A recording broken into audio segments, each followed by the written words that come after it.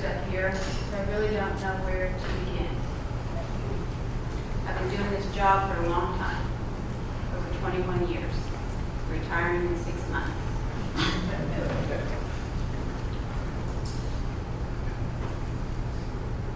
I'm a county court judge, and this is the largest crowd I've ever had in a trial. Yet this case probably doesn't hit the top 100 of the bad things I have seen in just my career, much less all the other judges that are in this courthouse. But yet, we have a pig that got sunburned, and I've got everybody here for it. One thing I took from this trial is that nobody wanted this pig until this pig got sunburned. And then he became the poster child of all this. If I'm to believe the testimony that was given me, Ms. Hernandez tried for months to get a rescue to take this pig. Nobody wanted. They were full. Maybe he was too fat. Maybe he had too many issues.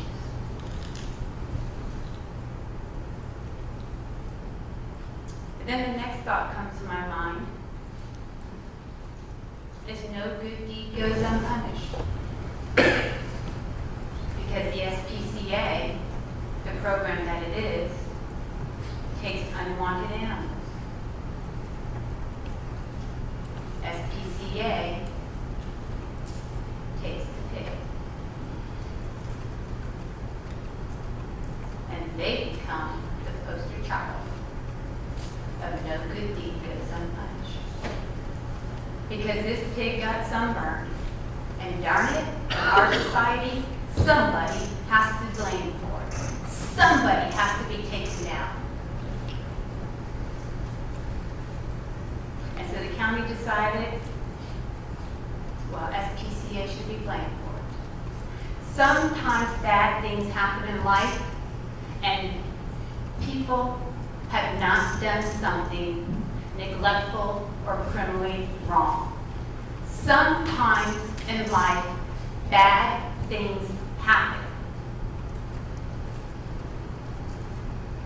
I want to be mad at Ms. Hernandez, but I feel sorry for Ms. Hernandez. She had bad things happen in her life.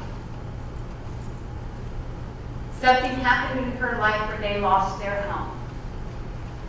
And like so many other animals that I think ends up at the Spca,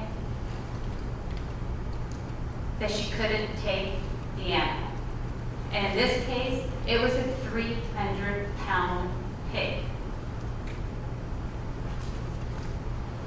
And if you listen to what Ms. Hernandez said, nobody wanted the pig because everybody was full, which can only lead me to believe we got too many people taking pigs, and then they get too big and they can't take care of them.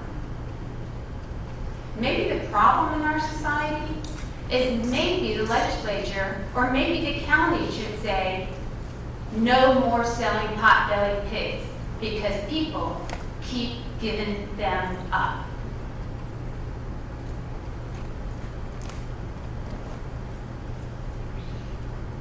If I were the Spca, I would say, no way am I taking livestock anymore. We cater to dogs and cats. And I'm not sure what else you cater to because I've never been there. But they are there for the last resort. And we read these text messages, going through them, the desperation that Ms. Hernandez has. I guess that maybe takes me away from the anger that I have and made me feel sorry. But we start on May 29th, where she's reached out to the Spca because she at one time either worked there or volunteered or did something there, if I read these texts right. I'm losing my house. This means I'm losing Waddles as well. I hate doing this, but I can't take care of him, and I need help to find a safe place for him. July 3rd. Hi, Macy. I hope all is well. I was wondering when you would be able to take Waddles. I have the money to get a truck. I know it's a holiday. Please let me know when's a good time to call and talk things out. July 7th. Hey Macy, I'm in trouble here. I need to bring Waddles in. I am out of time and haven't found anywhere else for him. They are telling me we need to be out today, 3 days before that pig was delivered to the Spca. I need him somewhere today. I'm getting a truck, but I have no idea what to do. I don't even have a home. I'm going to my mom's. Got no backyard.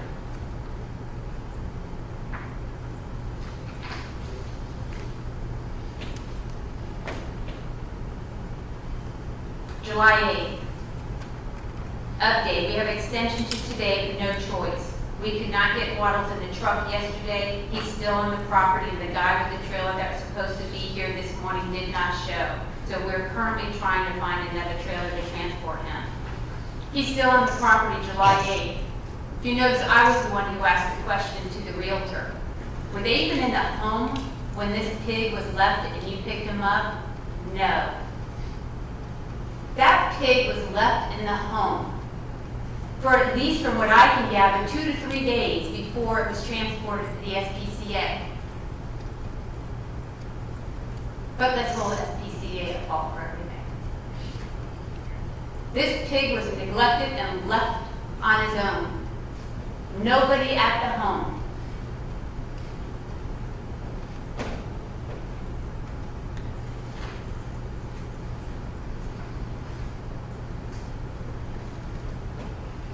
We have a U-Haul truck being picked up now.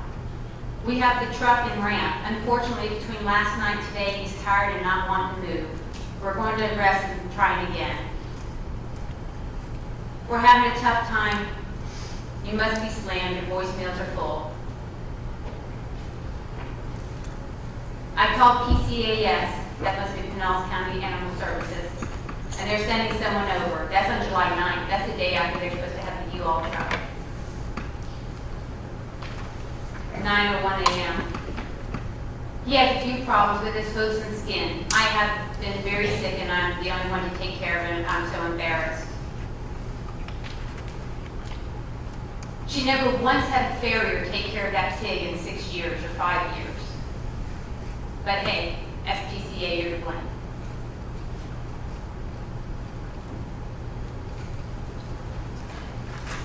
Macy, I called to check on the PCAS, Pinellas County Animal Services, and she said the answering service made a mistake. They do not pick up pigs.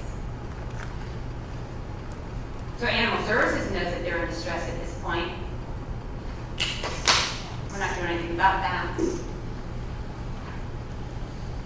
Talk to someone else. He's trying to get a trailer and some help. That's the poor realtor that got stuck with the pig.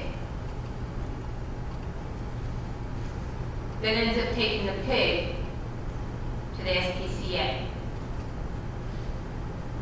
The pig that had to walk up the ramp to U-Haul. We all have life experience. We know those U-Hauls are pretty high. Walked up that ramp fine, walked down that ramp also. Everybody's been talking about a ramp in this case the past couple times that I've had hearings on it. So I'm picturing this big ramp to get to this huge shed. I look at these pictures, and it's 6 inches high. But Spca is your fault.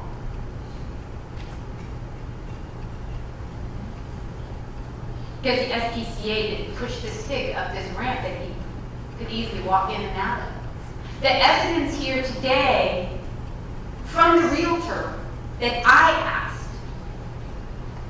was that this pig lived in the yard and the lanai of Ms. Hernandez's home. This pig was able to walk in and out of the yard to the lanai where he said his shelter. That pig knew well enough when it needed shelter and when it wanted to go out into the yard.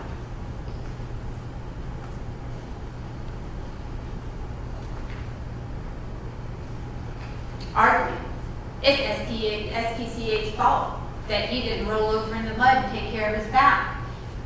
Well, goodness gracious, the very last thing that Claudine Hernandez writes in these text messages at 5:13 on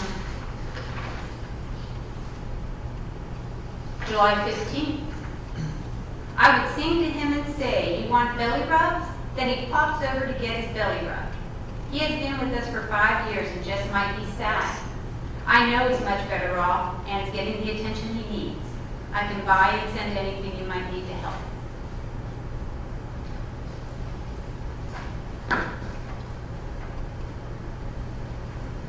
The veterinarian, our country veterinarian, to me the best witness here.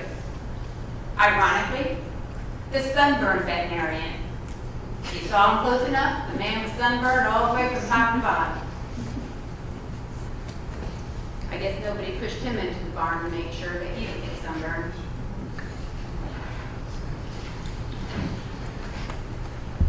He says,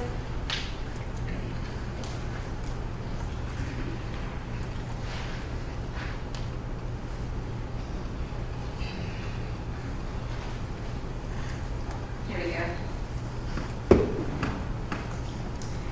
Pigs can make decisions for themselves. They may decide that they need to get out of the sun, not because they're getting sunburned. They're not smart enough for that. Y'all ever looked at the definition in the statutes for an animal? It's a dumb creature. That's what it's defined as. But they get out of the sun because they're hot. It doesn't take an SPCA volunteer, tech, employee, whoever it is, to have to tell this pig to get out of the sun because he's getting sunburned. The pig would know because he's getting hot. Use your common sense, any of you who have a dog. My dog does it all the time. Mom, let me out the back door. I want to go lay out on the back porch. You let him out, and in the winter, he may be out there for a couple hours laying in the sun and enjoying the sun. But in the summer, I can guarantee you he's going to be back at my door in 5 minutes. Not because he's getting sunburned. It's because he's getting hot.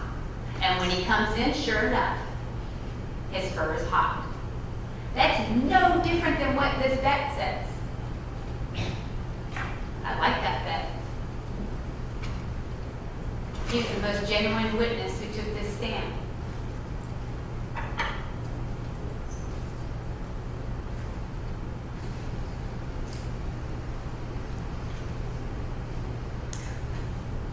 The county says that SPCA didn't make sure that this pig had access to the barn. Now, there's a few things here that bother me.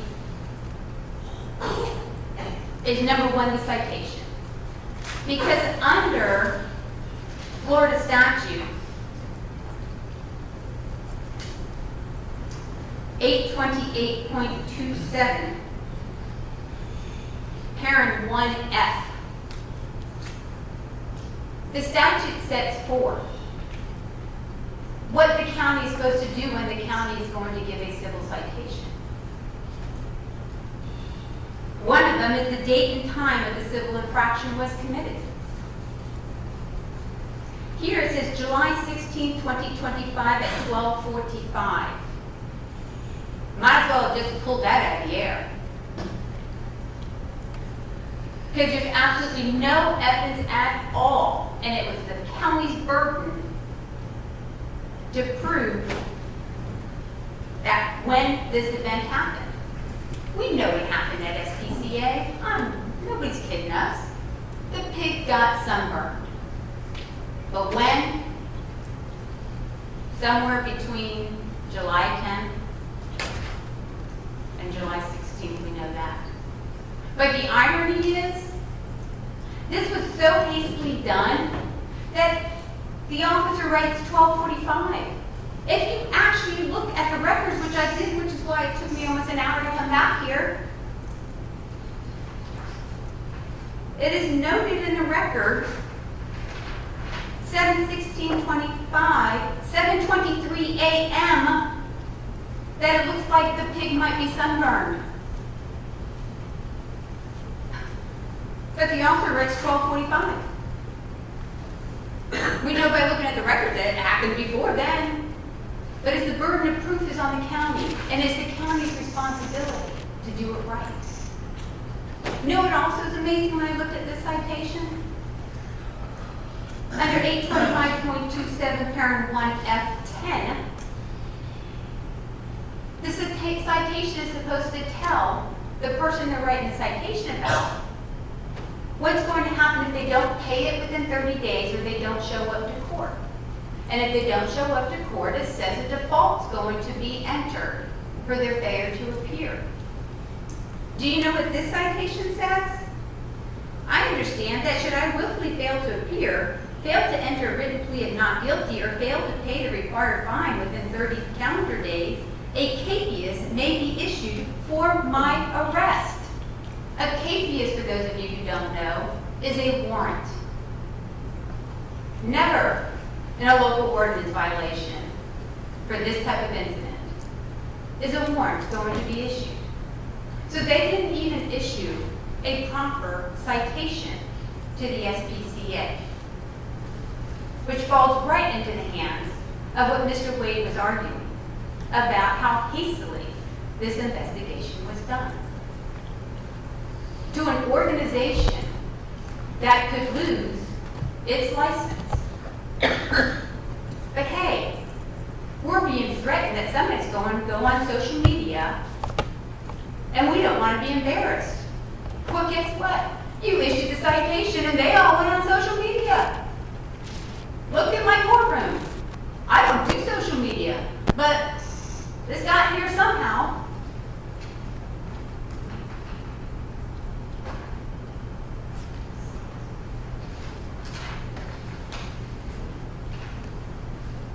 They should have locked the pig in the barn to make sure it didn't get sunburned.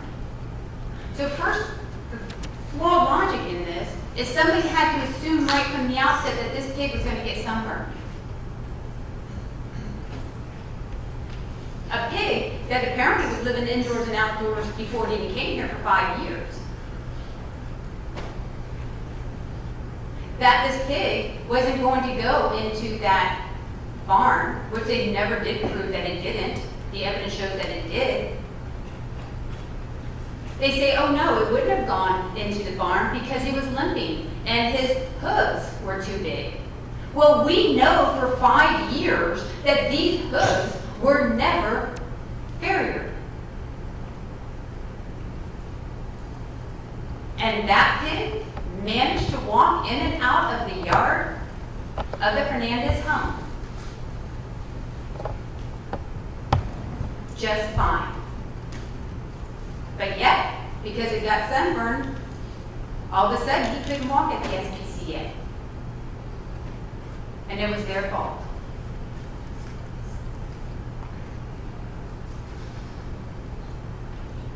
This pig was stressed.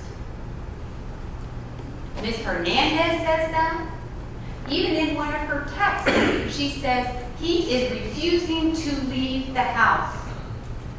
He is stressed. The expert, can't pronounce her last name, but let's say Ms. K from Indiana, says that pigs get stressed. Anybody who has an animal knows. If you move the animal, you take the animal out of their environment, you leave the animal with somebody else, that animal is going to be stressed. So the county is saying, let's lock the pig into the barn to make sure it's not going to be sunburned. Let's lock the stressed pig into the barn that's used to having people and family around. What would have happened with the Spca if that animal had hurt himself because he got locked in the barn, all stressed? We'd be here for another reason.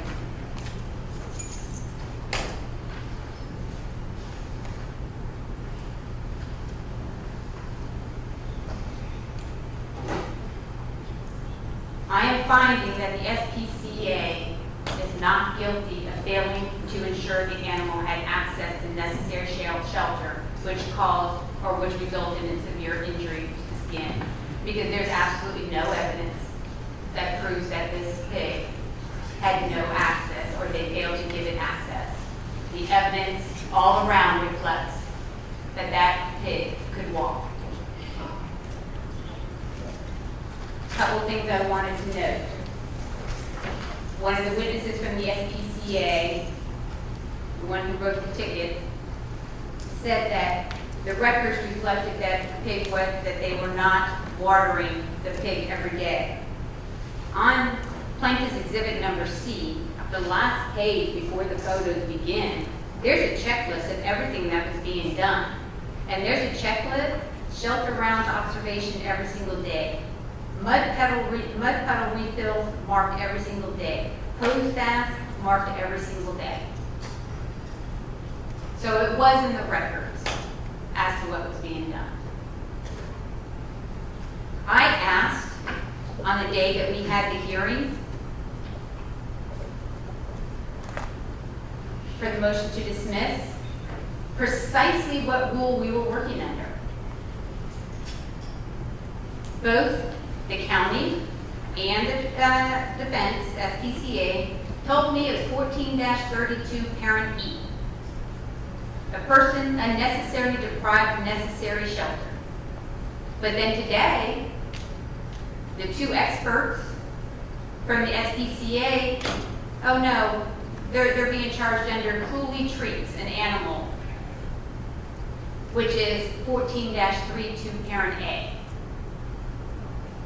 A complete change around what I was told 2 weeks ago. A complete change around that's in the citation. But I'm going to address that also.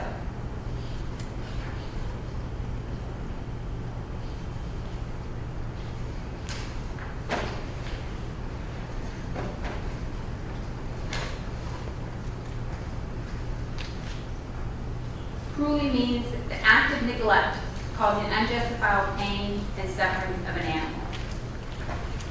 So the issue within the SPCA acts rise to a level of neglect. When I started talking, I said that sometimes just bad things happen. It doesn't have to be neglect. We all certainly know the SPCA didn't intentionally let this pig get sunburned. But it got sunburned. But it doesn't rise to neglect. The paperwork on this shows that they were trying to take care of this pig. From the moment it walked in, they had concerns about its health and that it was going to need to go out and find a rescue. It's in the records. They were doing everything they could. Mud baths. It had shelter. It had shade. There's shade when the sun hits the building, it creates shade. They had some trees.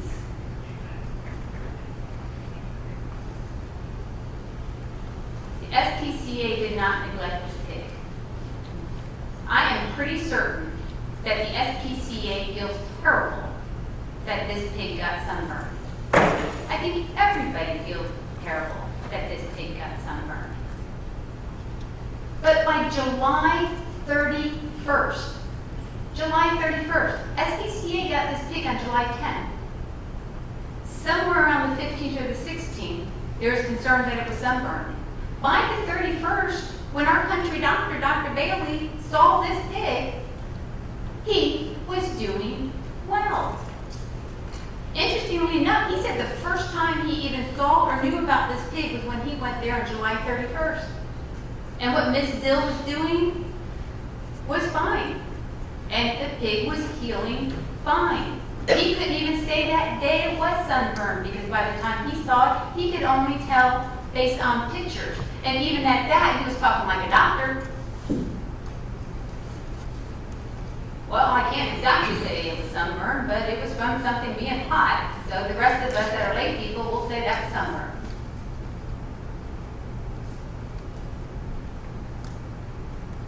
I know this is a big case to a lot of people, and I understand people's love for animals. Hey, I've had 2 ponies and 4 dogs in my adult life. I love animals. But I've also seen a lot that's come through this courthouse. And I wish that some of the cases that I have seen come through this courthouse that dealt with humans had at least a tenth of the people that would come and care for them.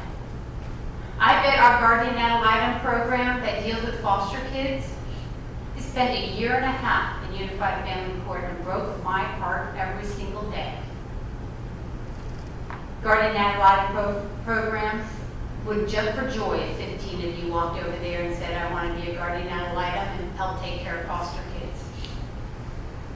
Every single day right now, I advise people who've been arrested in criminal charges. Breaks my heart when a woman comes in and says, that man who just beat me, well, he really didn't. I need him out, he pays the bills. What, so you can come out and meet her again?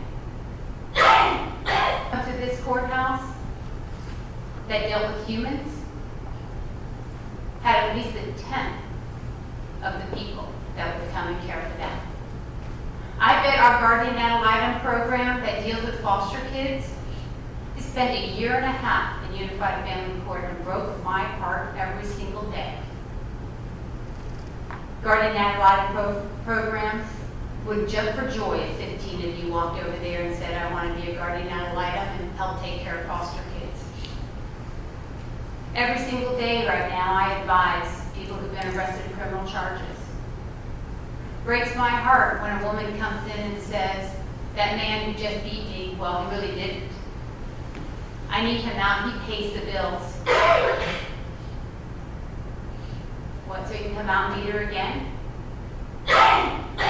My kidnapping the other day, where the lady says it wasn't kidnapping, it was just domestic violence.